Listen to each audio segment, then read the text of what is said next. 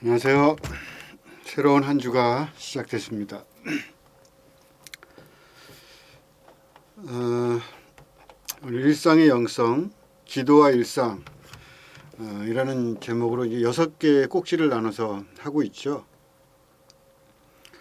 그런데 오늘 그 꼭지 이제 중간쯤에 한번 일상의 영성에 관한 이야기를 조금 할까 합니다. 그래야지 저 시간상 제 스케줄이 맞출 수 있을 것 같아요. 그래서 일상의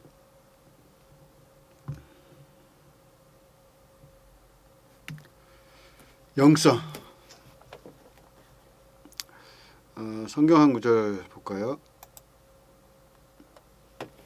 무슨 일을 하든지 마음을 다하여 주께 하듯 하고 사람에게 하듯 하지 말라. 그래서 이제 일상의 영성을 시작하면서 성경 한 구절 읽는다 생각하고 제가 한 구절 골라봤습니다. 살다 보면은 마음이 답답하고 정말 컬컬하죠. 문제는 자꾸 발생하고 짜증나고 힘들고 영적으로도 뭐 사람이 지치고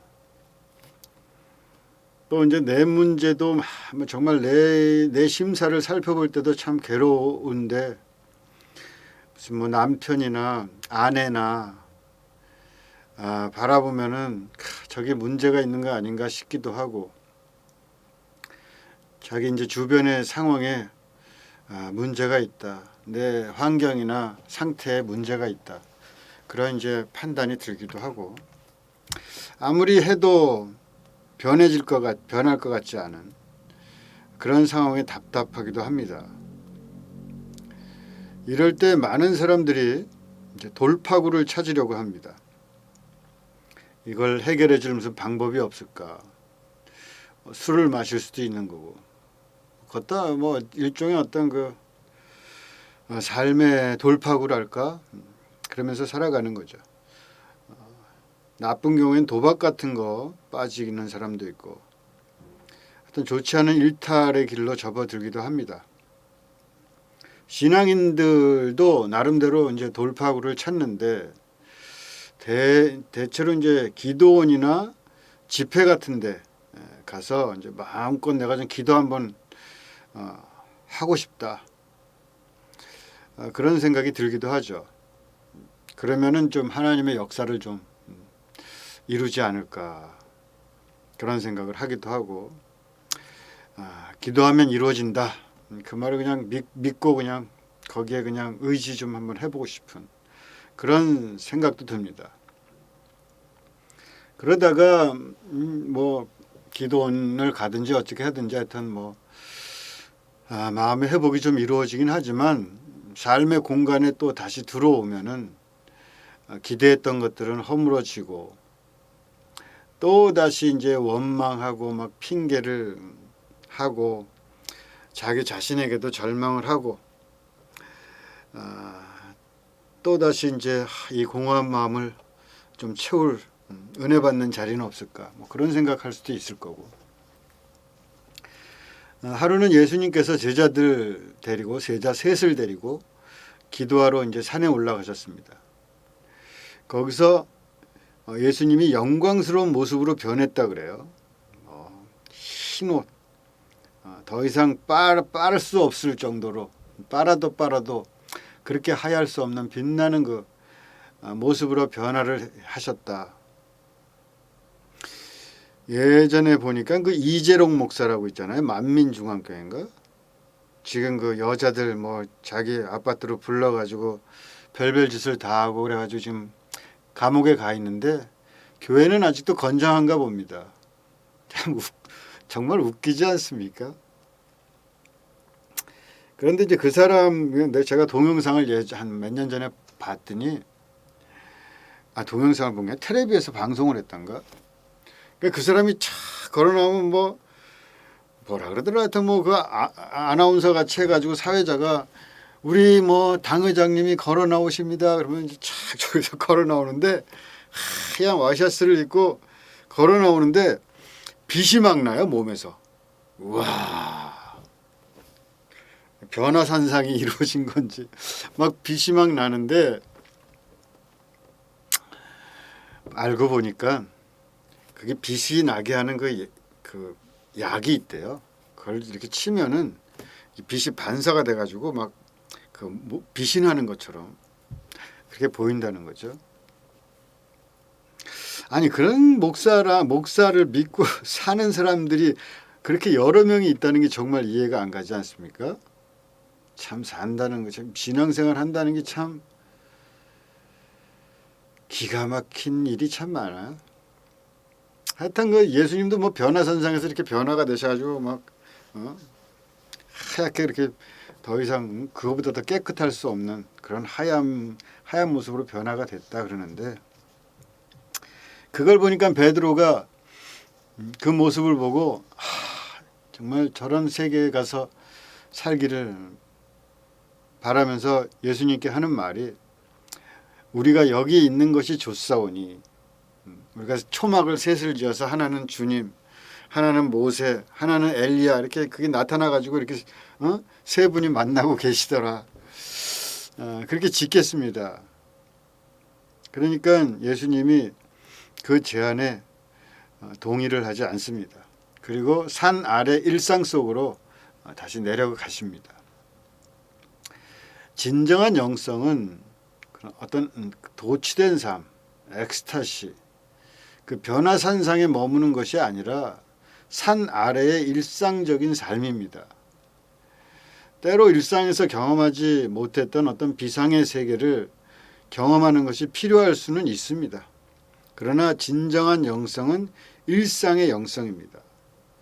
이상한 것을 자꾸 들이대는 사람을 절대로 신뢰하지 마십시오. 그 사람 자신도 속고 있는 것이거나 아니면은 사기꾼이거나 둘 중에 하나입니다. 이 말은 어떤 기적 같은 비상한 일이 우리 일상에 벌어지지 않는다는 말을 의미하는 것은 아닙니다. 하여간 비상하다는 것은 일상 속에 포함돼요. 한마디로 말해서 비상은 일상을 벗어난 따로 있는 게 아닙니다. 하여튼 기도와 일상에 대해서 말씀을 드리고 있습니다. 일상에서 몸기도를 하기 위해서 하루 6번의 꼭지를 가지고 기도를 붙여보자, 이런 취지입니다. 한번 했었죠. 여러 번 보여드렸는데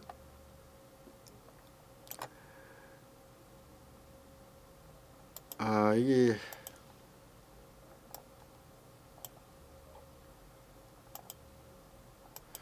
안 나오네요.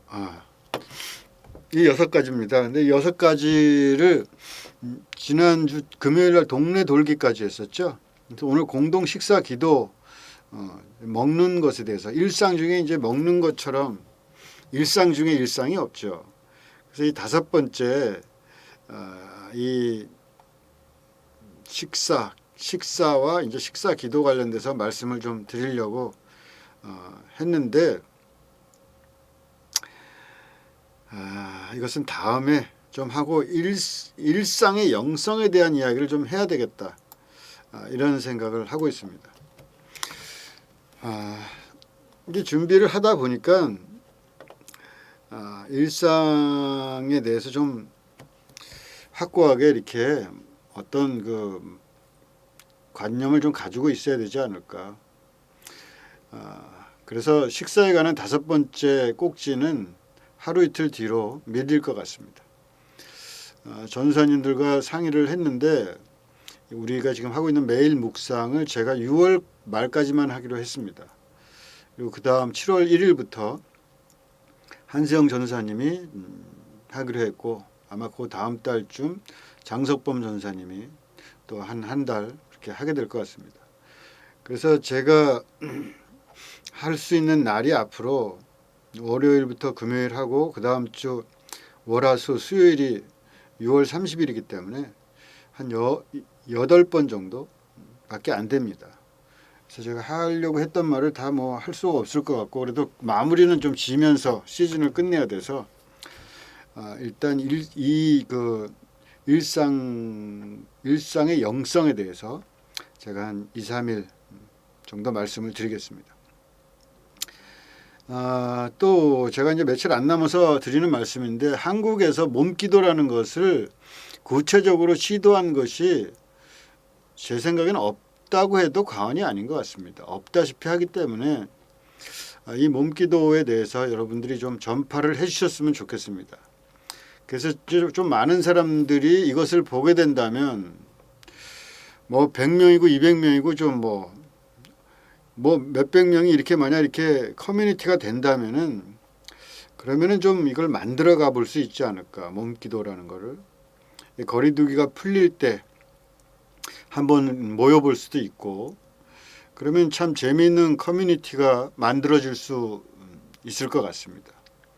그런 것이 생기면 몸기도 운동도 벌려보면 어떨까, 그런 생각을 합니다. 그래서 이 몸기도 뭐 만나는 사람마다 한번 들어보라 그래가지고 구독하고 뭐 알림 뭐 하여튼 구독 좀 이렇게 해달라고 부탁을 하고, 그래서 이제 한번 이 몸기도를 한번 처음부터 들어봐라, 그런 운동을 좀 해주셨으면 좋겠습니다.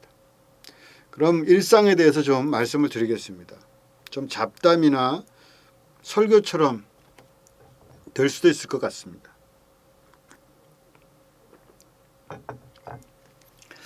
올해 우리 교회 표어가 믿음 그리고 일상입니다. 그래서 연초에 표어와 관련해서 설교도 좀 하고 했는데, 그런 걸 토대로 일상과 영성에 대해서 생각을 좀 해봅시다.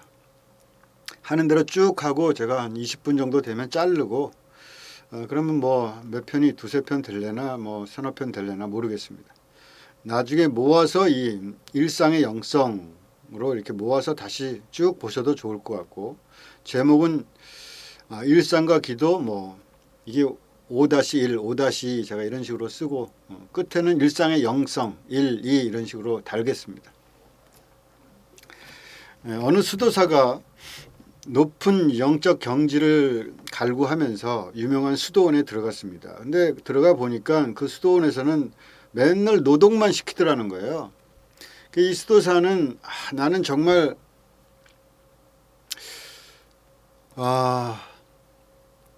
기도 좀 하고 싶다. 이 뭔가 거룩한 하나님과의 세계, 그 신비한 영적 세계를 갈구하면서 이렇게 들어왔는데 맨날 일만 시키고 빵이나 맨날 만들라 그러고, 그러니까 낮에 노동만 하는 수도원의 생활이 정말 이상하다. 이게 뭐 수도사가 할 일인가. 그래서 이제 물어봐요. 옆에 왜 수도원에서 신앙 수련은 하지 않고 노동만 하느냐. 불평을 막 늘어놓는 거죠.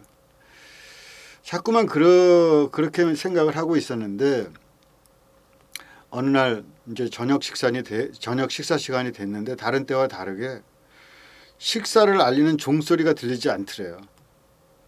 한참을 지나도 아무 소리가 안 나서 배가 고프니까 이제 방에서 나와서 다른 수도사에게 물었다는 거죠. 오늘 저녁밥은 안 먹는 겁니까?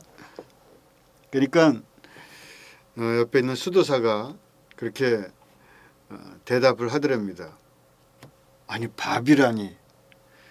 식사를 하신다니 정말 놀랍군요. 당신같이 늘 그렇게 영적 갈구에 취해 있는 사람, 천사 같은 말만 하셔서 인간들의 식사는 안 하시는 줄 알고 우리가 우리끼리만 그렇게 먹기로 했습니다. 영성 훈련이라는 것은 기도하는 시간에만 하는 것은 아닙니다. 진정한 영성은 노동의 시간에도 살아있는 것이고, 뿐만 아니라 밥을 먹는 거, 잠자는 거, 말하고 씻고 입고 모든 일상에 하나님의 임재를 느끼면서 사는 것이 뭐 궁극적인 목표라고도 할 수 있죠. 영성의 목표. 항상 기도하라 하는 그 어떤 이상향처럼 그렇게 이제 항상 기도를, 이게 왜 안 나올까? 네. 그렇게 항상 이제 기도를 하는 건 아니지만 하나님의 임재 속에 계속해서 머물 수 있다면은 좋겠는데 그게 쉽지가 않죠. 몸기도는 이제 그것이 사실은 굉장히 중요한 기도입니다. 그렇다고 해서 24시간 하나님의 임재 가운데 머물겠다, 만약 그 이상을 실현하겠다는 것은 아닙니다. 저는 그것이 과연 좋은 것인지도 솔직히 모르겠어요. 24시간을 하나님과 있다. 그러니까 하나님을 어떻게 생각하느냐에 틀린데 그거는 뭐 어떨지 모르겠어요. 24시간. 근데 그 정도로 하나님과 친밀하면은 24시간 하나님과 늘 같이 있을 정도로 그 정도의 친밀함이라면 하나님은 곧 자기나 마찬가지죠. 사실은 어떻게 보면 뭐 섹스를 한다. 섹스를 하는데 하나님과 함께 하나님의 현존 가운데 있다. 그것도 좀 왠지 좀 어색하잖아요. 그러니까 하나님의 현존 가운데 뭐 언제나 머문다. 항상 기도한다. 그것이 갖는 그 의미가 그야말로 맨날 그냥 그거는 마치 수도원에 들어가서 있겠다는 것과 또 사실 비슷하기 때문에 그런 그 24시간 하나님의 현존 속에 있다는 그 영성이라는 것도 사실은 생각을 좀 해봐야죠. 하지만 어쨌든 그 영성이 영성이 깃들어 있는 수면이라는 건 또 뭘까? 영성이 깃든 의식주에 대해서도 좀 생각을 해볼 수 있고.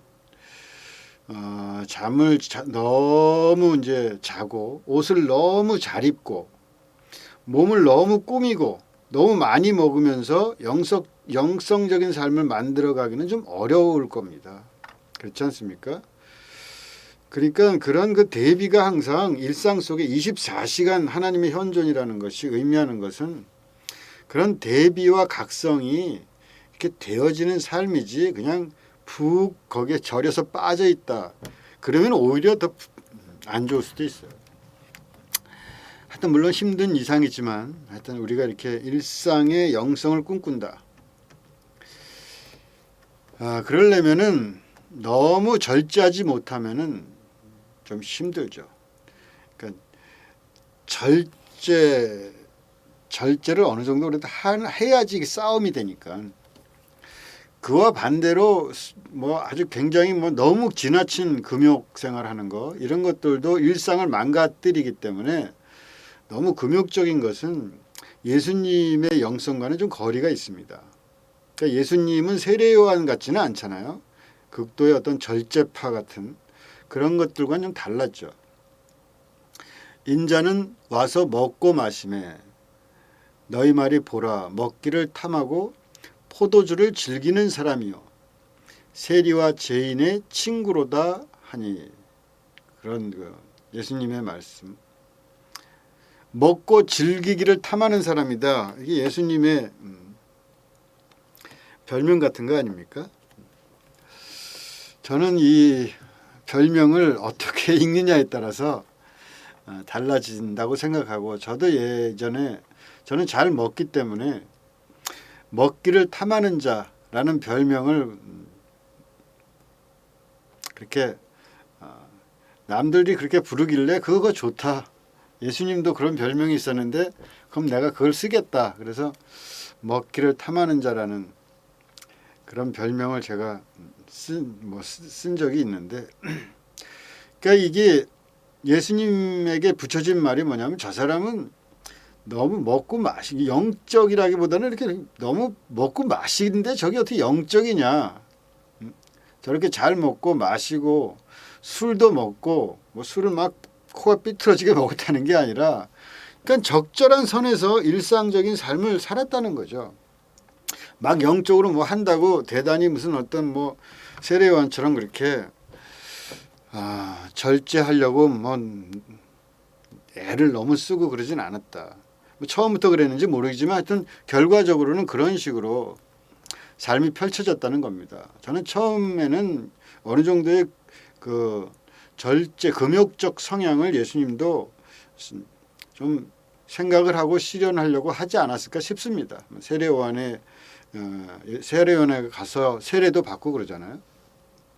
그렇지만 결국 결론적으로 예수님은 그런 식으로 일상을 버리진 않았고 또 이제 별명이 한 세리와 죄인의 친구다. 먹기를 탐하고 포도주를 즐기는 사람이요 세리와 죄인의 친구로다. 그러니까 이게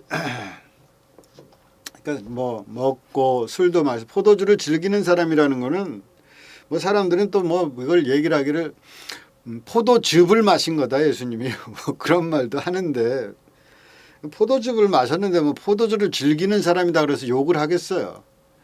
이거 약간 경멸의 의미가 있는 거 아닙니까? 저 술이나 마신다는 그런 뉘앙스가 있는 거 아니겠어요? 그러니까 그런 거 혹은 또 이제 약간 질이 안 좋은 사람과 잘 어울린다.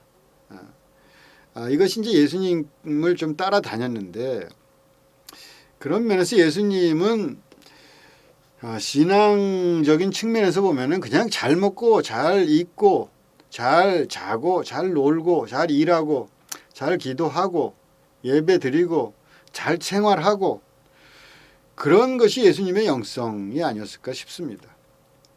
이 잘이란 말이 힘든 말이긴 하지만 예수님은 세례 요한처럼 일상을 망가뜨리는 방식의 영성은 아니었습니다.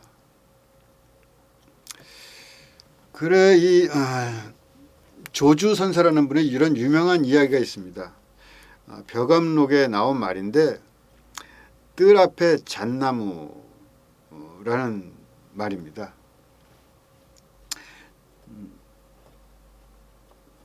제가 정전백수자라는 말인데 이 조주 스님에게 저는 조주 굉장히 좋아합니다. 저는 조주 좋아하는 사람이 굉장히 많죠. 네. 어느 날 스님이 질문을 했습니다. 무엇이 조사가 서쪽에서 온 뜻입니까? 여하시 조사 설해의.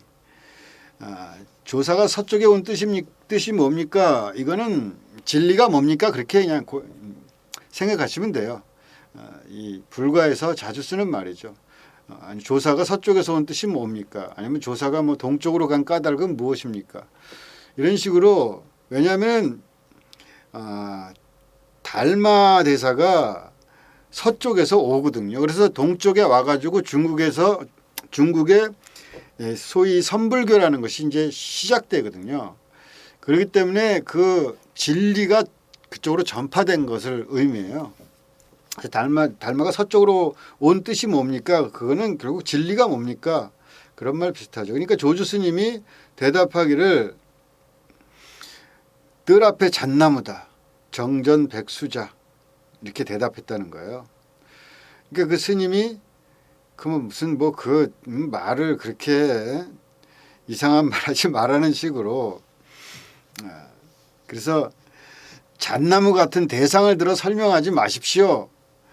이렇게 얘기했다는데 이게 무슨 말인지 뭐 해석할 수는 있겠지만 그러니까 한마디로 말하면은 그 진리 얘기하는데 어줍지 않게 그런 거 들어가지고 얘기하지 마라. 지금 내가 그런 그 저차원의 얘기를 하고 있는 게 아니다. 그런 말이 아닐까 싶습니다. 그러니까 조지 스님이 태연하게 대답하기를 나는 대상을 들어 설명한 바가 없노라. 그렇게 무슨 뭐 비껴서 얘기하고 난 그런 게 아니다 지금. 그냥 난 직접 정확하게 대답을 했을 뿐이다. 그러니까 또 묻죠. 그러면 달마 설해이, 조사 설해이 뭐 이렇게 또 물어요. 조사나 달마나 뭐 같은 말이에요. 그러니까 조주 스님이 또 대답을 하기를 또다시 똑같이 정전백수자다. 뜰 앞에 잣나무다. 이렇게 얘기를 했다는 거죠. 조사 설해이나 뭐 달마 설해이나 달마가 왔으니까 달마가 일대 조사라고 하는 거죠. 달마 인도에서는 28대 종사라 그러고 그 28대 종사 석가모니서부터 해서 28대 쭉 내려와 가지고 하여간 전에도 한번 말씀드린 것 같기도 한데 그래서 이 달마가 이제 일대 조사가 되고 줄 이렇게 2대, 3대, 4대, 5대, 6대까지 해능까지 해서 조사들이 내려오잖아요. 불교의 화두라는 것이 하도 애매해서 그 풀이가 갖가지죠.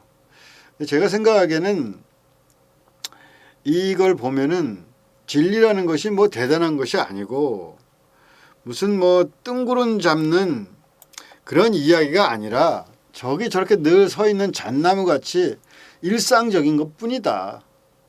그렇게 얘기하는 것 같아요. 네가 지금 뭐 진리를 찾겠다고 나한테 묻곤 하지만 그냥 잘 살아라. 일상을. 조주 스님이 있던 관음원에 잣나무가 많았다 그럽니다. 그리고 그 경내에 뭐 굉장히 커다란 잣나무가 있었다고도 하고, 그래서 그 절을 백림사다 그렇게 불렀다고 하는데, 또 그렇게 흔하디 흔한 그런 것에 불과하다.